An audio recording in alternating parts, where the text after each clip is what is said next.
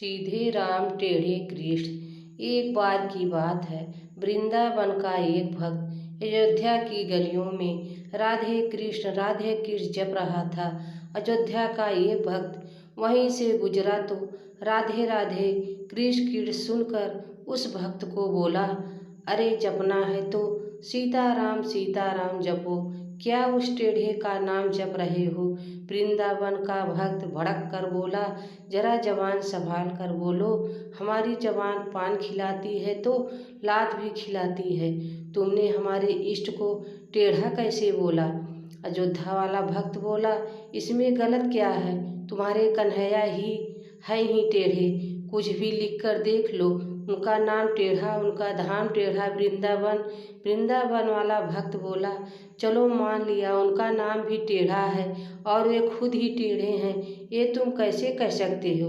अयोध्या वाला भक्त बोला, अच्छा ये भी बताना पड़ेगा, तो सुनो, रास रचाना माखन चुराना कौन सा सीधे लोगों का काम है, और बता, आज तक किसी ने उन्हें सीधे खड़े देखा है क्या। कभी वृंदावन के भक्त को बड़ी बेइज्जती महसूस हुआ और सीधे जा पहुंचा बिहारी जी के मंदिर, अपना बोरिया बिस्तर पटक कर बोला, इतने साल तक खूब उल्लू बनाया लाला, तुमने ये लो अपनी लकुटी कमरिया, और पटक कर बोला, ये अपनी सोटी भी संभालो, हम तो चले अयोध्या राम जी की शरण में। और सब पटक कर भक्त चल दिया।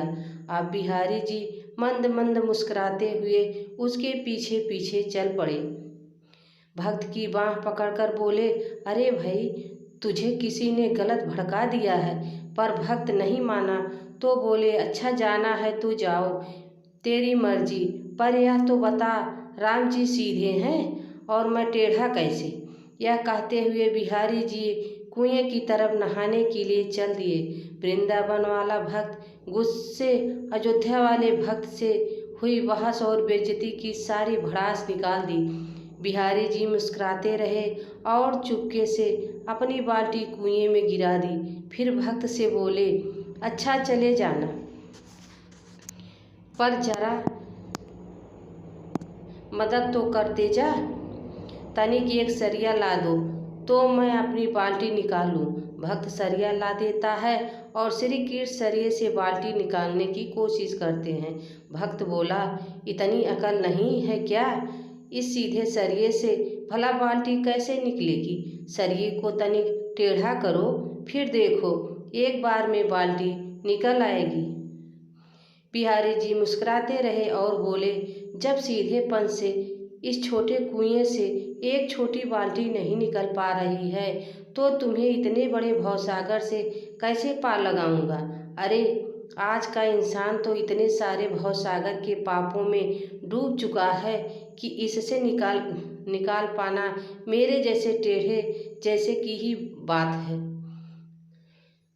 श्री कृष्ण का नाम जपना हम पहले ही जान चुके हैं कि श्री भगवान का नाम श्री भगवान की तरह ही सात्विक, सनातन और आनंदमय है। इस दृश्य से उनके सभी नाम समान हैं। फिर भी हम पवित्र नाम की महिमा का विश्लेषण करें तो हम श्री कृष्ण नाम की महिमा को समझ सकते हैं। चूँकि पवित्र नाम श्री कृष्ण से भिन्न नहीं है, इसलिए नामों की महिमा दिव्य अभिव्यक्तियों की महानता के अनुपात में है। इसलिए श्री कृष्ण स्वयं भगवान हैं, इसलिए उनका नाम भी विशेष है।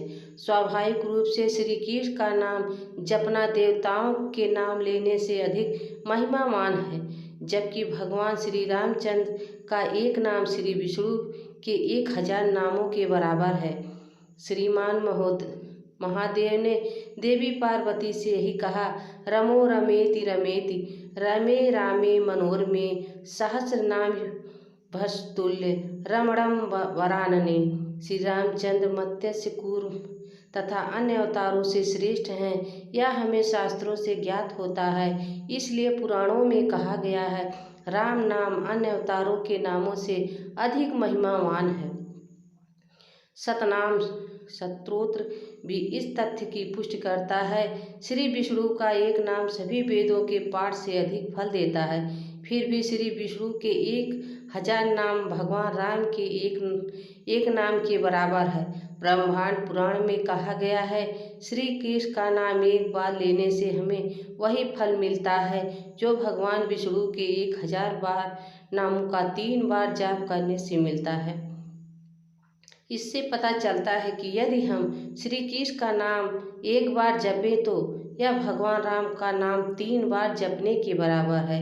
श्री चैतन्य चरित्रामृत में कहा गया है कि रामचंद्र का नाम मोक्ष प्रदान करने वाला है, इसलिए यह तारक मुक्ति देने वाला है, तथा श्री कृष्ण का नाम प्रेम प्रदान करने वाला है, इसलिए यह परख प्रेम देने वाला है।